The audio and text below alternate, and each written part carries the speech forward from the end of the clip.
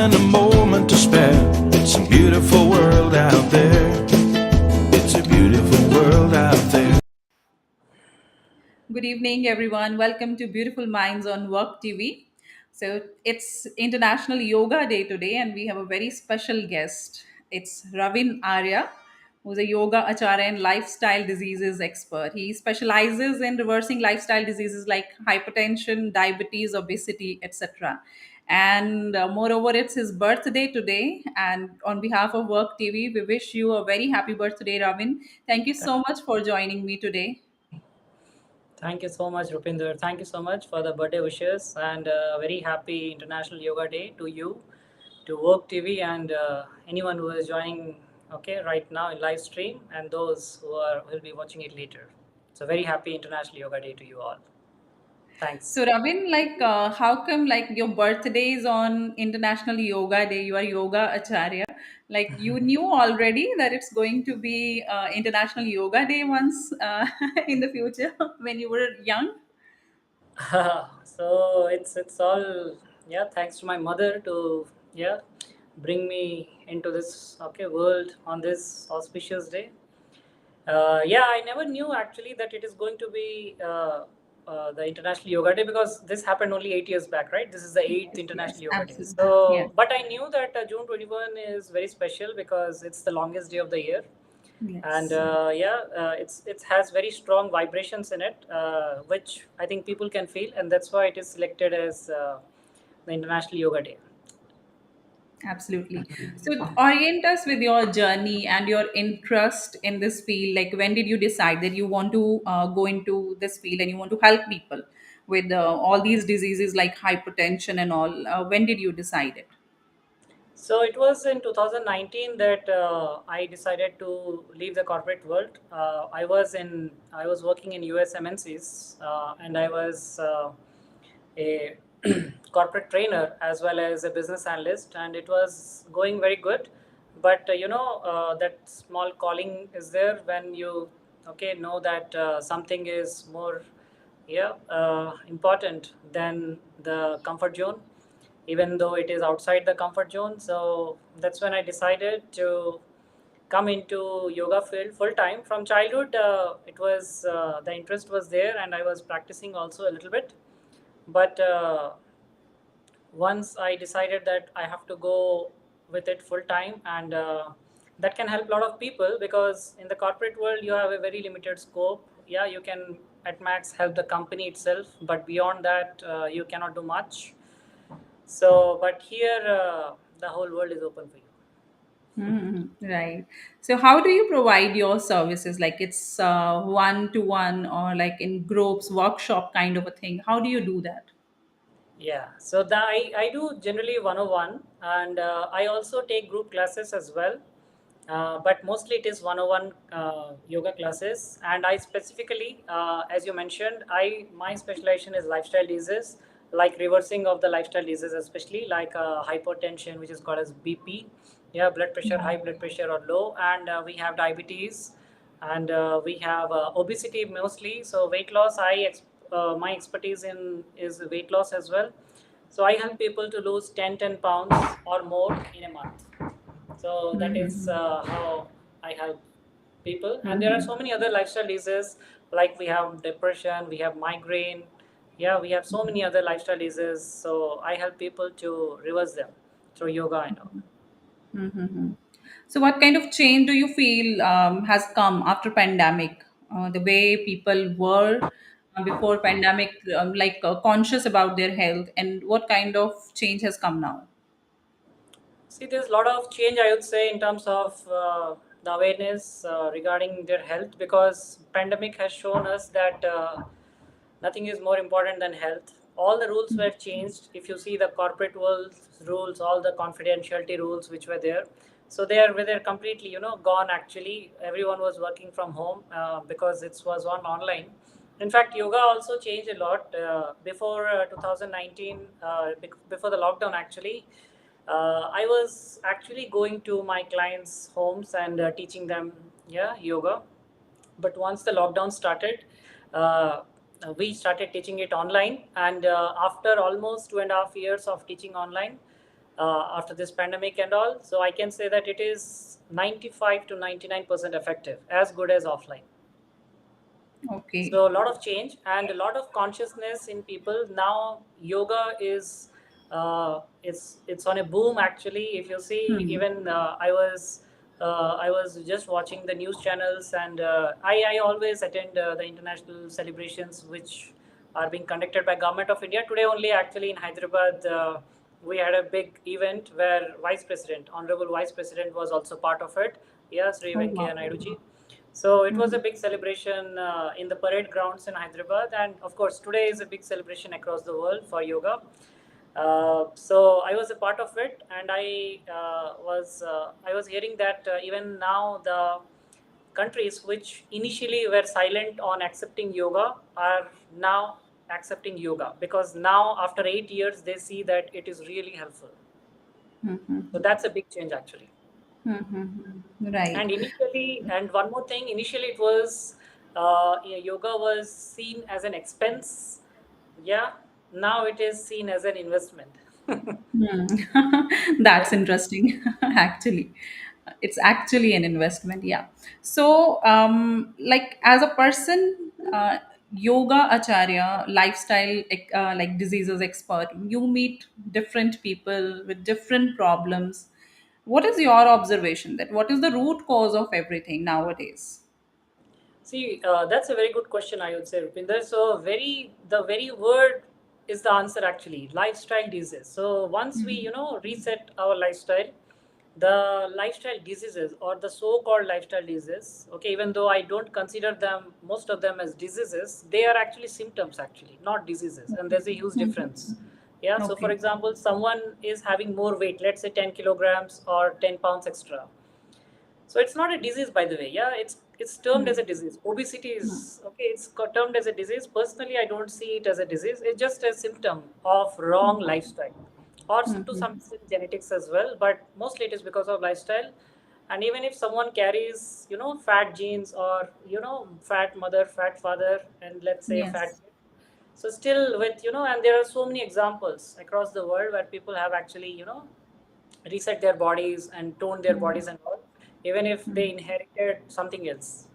So the very question's answer is in this word itself, lifestyle. So once we, go back to our old traditional Indian lifestyle or Vedic lifestyle, or yogic lifestyle would be the appropriate word. Yeah, yogic lifestyle, where you wake up early, little early, yeah, before the sunrise, and you eat on time, and you sleep on time, and you use technology, but not be over dependent on it, and you become a master of it, not a slave of it. So these are some of the tweaks that can be done, especially in terms of food, and a little bit of, the proper exercise, which is yoga. And if not yoga, any other exercise is also fine. Gym exercise is also good, and playing sports like shuttle or anything, swimming, anything is good as long as you keep on moving the body.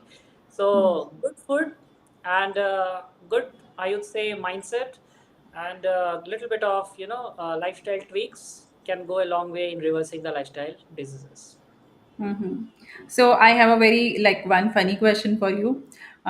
Suddenly came to my mind that if we feel like eating burgers and pizza or some fast food, and we do yoga in the morning, so can it make the balance? This is my personal No, question to you.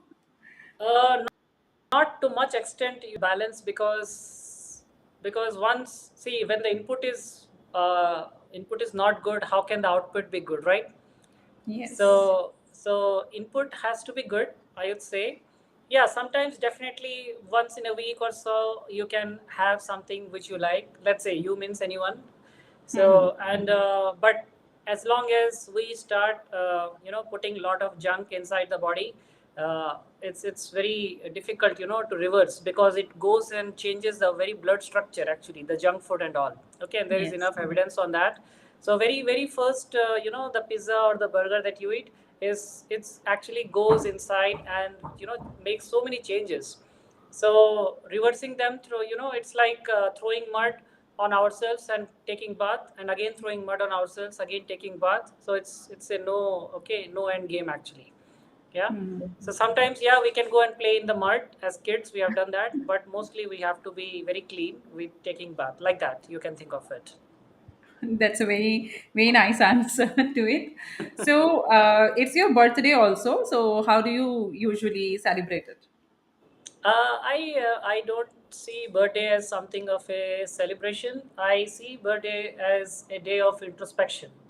So I don't buy new clothes. Generally, people do that. Yeah. So I don't buy it. I just try to go uh, little bit into the back and see what I'm doing, and whether I'm useful to the people around me, or the people who are directly connected with me through yoga, or through anything like friends and relations and all.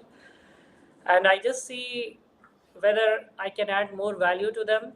And generally I do introspection on this day, and I see like how can I be better in the next 1 year. Okay, so I do spend time like that, very simple, not any big parties or okay all this hangamas and all. I keep it very simple. That's great. So, as an expert into these lifestyle problems which people usually face, so what are your suggestions? If I ask you to give like 5 to 6 suggestions, what would you tell them to bring into their lifestyle, means on daily routine? Okay, yeah. So this is quite simple, but not that easy to execute on a day-to-day basis. But still, since you've asked it, I'll definitely give you some very valuable suggestions. So the first things first, we have to wake up little early. That simple thing is going to reset a lot of things in the health area.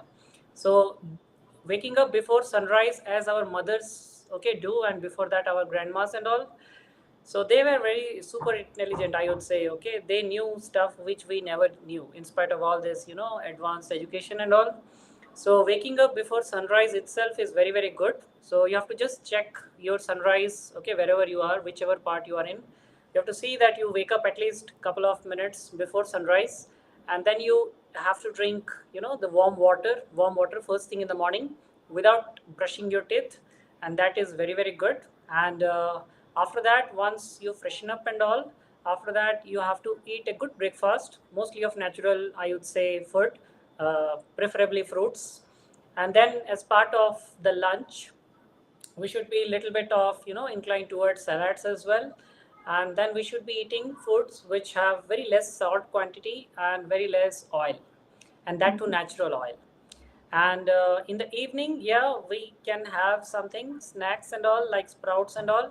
And in the night, again, we have to eat little early, especially before 8 o'clock, because after 8 o'clock, the digestion power is very low. So the which we call as Jataragni in Sanskrit. So after eating after 8, and most of the people, at least in India, eat after 8. That I know very well. But in US, the trend is really good. The most of the people in US, especially all my clients and all, so they eat very early. And generally also in US, they eat very early. So that's a good thing in US. So ideally, you should be completing your dinner by 8, and you should not be eating your breakfast before 8. So it's a 12-hour gap. So intermittent fasting, and you should be ideally sleeping at around 11 max. But okay, because of the gadgets and all, sometimes we sleep little early, little late, sorry. But ideally, yeah, it is good to keep aside the gadgets, but because of the work and all, sometimes it is not possible. But yeah, in order to have good sleep, ideally we should be going to bed at least by 11 o'clock, so that by 11:30 we'll be sleeping. And again, we wake up at around uh, the timing of the sunrise, so ideally around 5 o'clock.